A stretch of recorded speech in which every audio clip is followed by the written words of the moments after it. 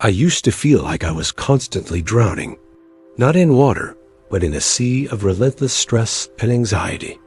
My brain was like a web browser with 1,000 tabs open, all demanding my attention at once. To-do lists, worries about the future, replaying past conversations, the endless scroll of social media. It was a non-stop storm of mental noise.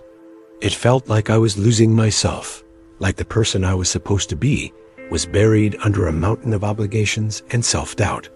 Honestly, I was desperate for a reset button, for just a moment of quiet in the chaos. So, I decided to try something laughably simple, something that felt too small to even matter. I spent 15 minutes completely alone every single day. No phone, no music, no distractions. What happened next didn't just surprise me, it saved my sanity. Before I stumbled upon this simple practice, my life was a masterclass in controlled chaos, or so I told myself. On the outside, I was fine. I was hitting deadlines, showing up for friends, and handling my responsibilities. But on the inside, it was a totally different story. My baseline emotional state was just this low-humming anxiety that would constantly spike into full-blown overwhelm. Every single notification on my phone felt like a tiny jolt, another demand on my already drained battery. Every new email, every little request, felt like another brick being added to a load I could barely carry. My mind never, ever stopped. It was a 24/7 news ticker of everything I had to do, everything I wasn't doing well enough, and everything that could possibly go wrong. It was exhausting. I felt like I was running a marathon every single day, but the finish line just kept moving further away. This constant state of high alert had real consequences.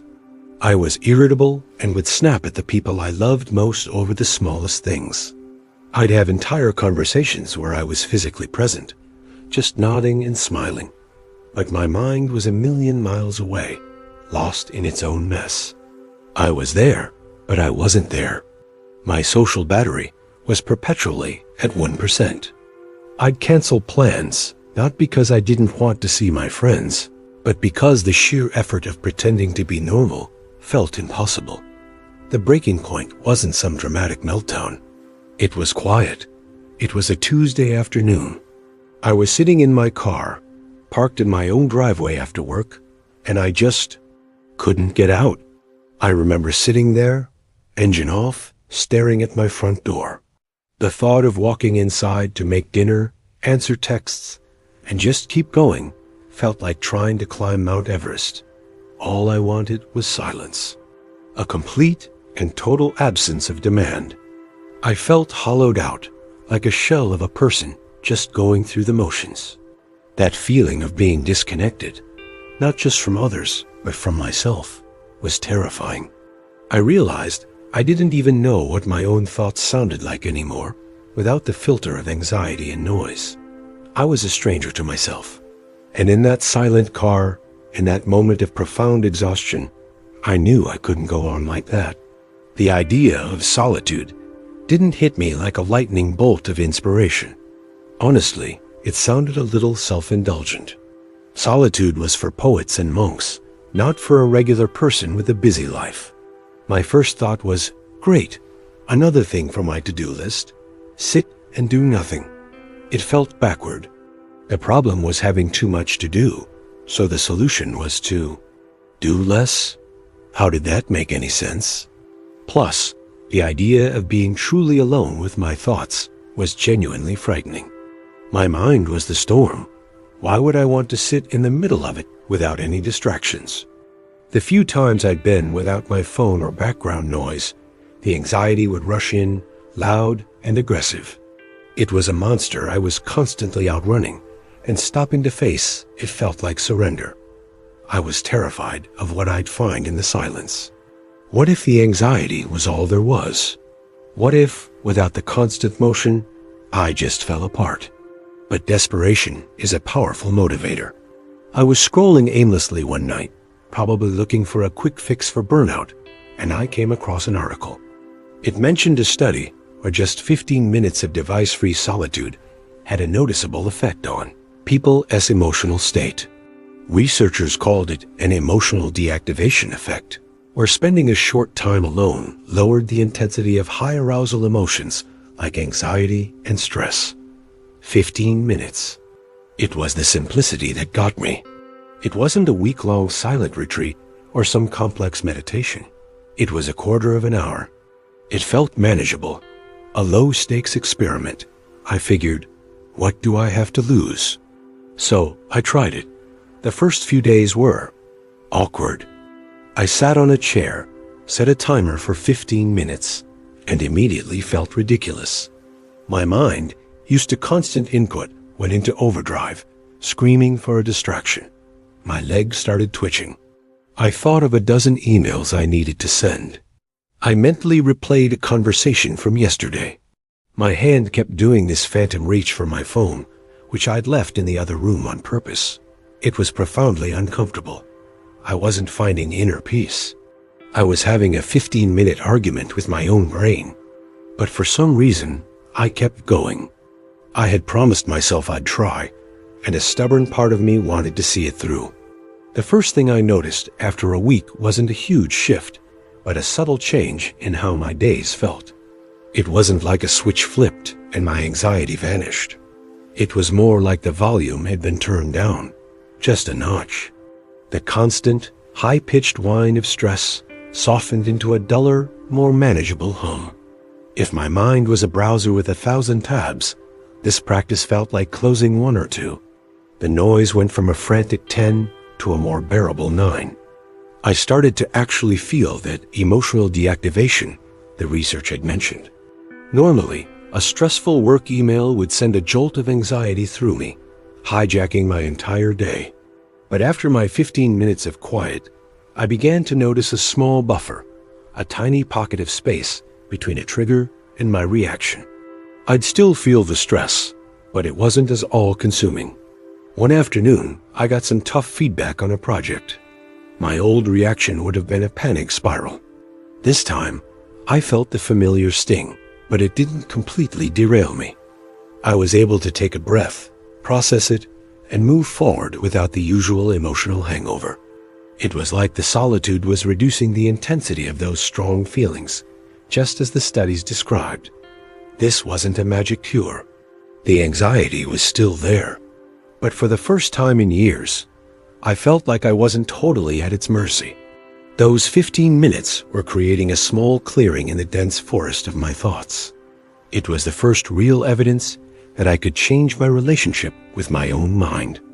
It was a small ripple, sure, but in the stagnant water of my emotional life, a ripple felt like a tidal wave.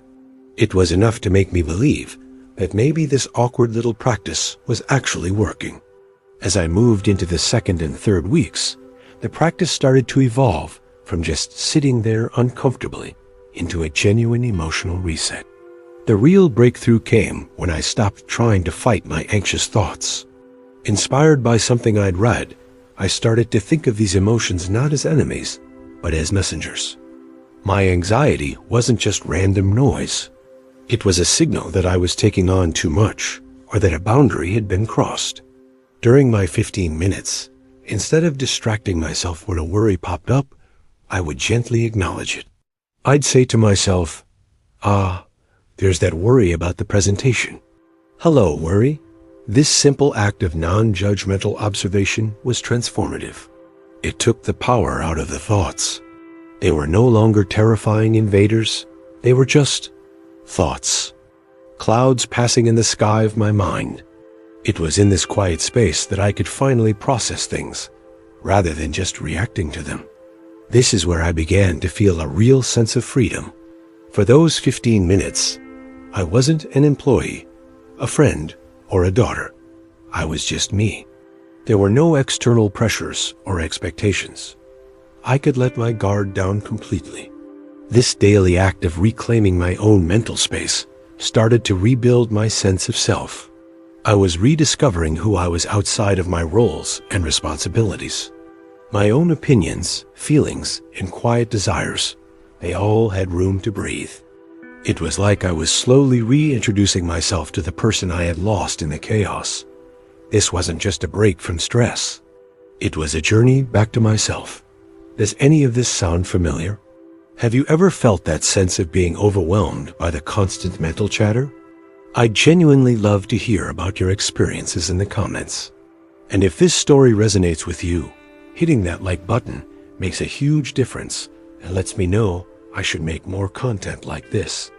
Maybe the most surprising transformation wasn't what happened when I was alone, but what happened when I was with other people. It's a paradox, but spending more time by myself made me infinitely better in my relationships. I always thought that to be a good friend or partner, I had to be more available and always say yes. I was wrong. What I actually needed was to have something left in the tank to give. Before, I was showing up to my relationships running on empty.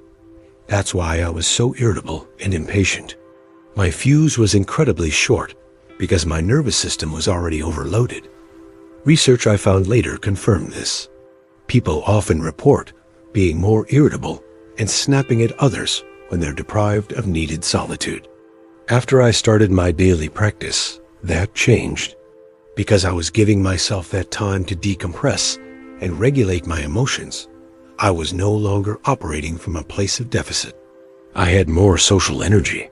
I started looking forward to seeing friends again, not with dread, but with genuine excitement. And the conversations felt different. Because my mind wasn't cluttered, I could be truly present. I could listen, not just wait for my turn to talk. I could engage with empathy because I wasn't fighting an internal battle at the same time. I remember one evening, about a month in, a friend was telling me about a tough situation at her job.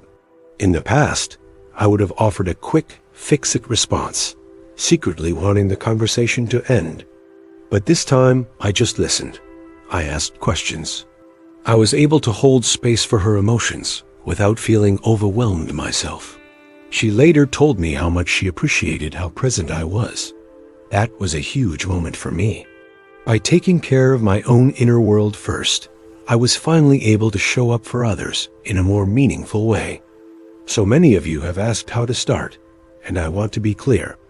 This isn't some mystical secret. It's a practical skill you can learn. If you're inspired to try this, here's the simple toolkit that worked for me, grounded in what research suggests is most effective. First, make it intentional. This is the most critical part. This isn't about just happening to be alone. It's about choosing and scheduling time for yourself. Treat it like a non-negotiable appointment. Put it in your calendar. 15 minutes with me.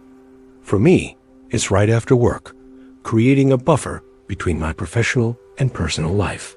For you, it might be first thing in the morning. The time doesn't matter as much as the commitment to protect it. Second, know your why. It's important to know why you're doing this. Research shows there's a huge difference between choosing solitude for self-care and using it to avoid people. The goal isn't to run away from the world. It's to recharge so you can engage with it more fully. My purpose was simple: lower my stress and create enough quiet to hear myself think. Ask yourself, what do you hope to gain? Stress reduction? Clarity? Knowing your why will keep you going when it feels weird. Third, create a distraction-free zone. You don't need a special room. Your spot can be a chair in your home, a park bench, or even your parked car. The key is to make it a distraction-free zone. This is non-negotiable. The phone goes in another room, or is at least silenced and put out of sight. No TV, no podcasts, no music. Just you. And finally, my most important tip: embrace the awkwardness.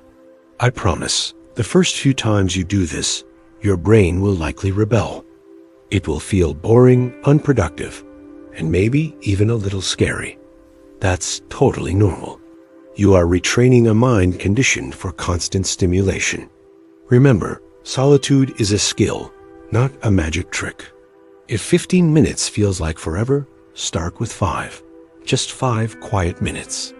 The goal isn't to have a perfectly serene mind. The goal is simply to show up, can sit with whatever is there. Consistency is way more important than the quality of any single session. My journey started with me feeling like I was drowning in the noise of my own life. I was disconnected from myself and struggling to connect with others. The lifeline that pulled me back wasn't some grand, complicated system. It was the simple, quiet, and sometimes uncomfortable act of spending 15 minutes alone each day. This practice gave me the emotional reset button I desperately needed. It taught me how to listen to my own needs and regulate my own emotions. It showed me that by stepping away from the world for a few moments, I could return to it more present, more resilient, and more myself. Solitude isn't about being antisocial. It's about being profoundly pro-self. It's the vital maintenance our minds need to function in this chaotic world. You don't need a silent retreat or a cabin in the woods to find this. You just need to give yourself permission. Permission to be quiet, permission to do nothing. You just need 15 minutes and the willingness to meet yourself, right where you are. My final question to you is, what is one small thing you could do this week to carve out just a little space for yourself? Thank you so much for spending this time with me. If you are on a journey of personal growth and looking for ways to build a more intentional life, consider subscribing for more stories like this. I'll see you in the next one.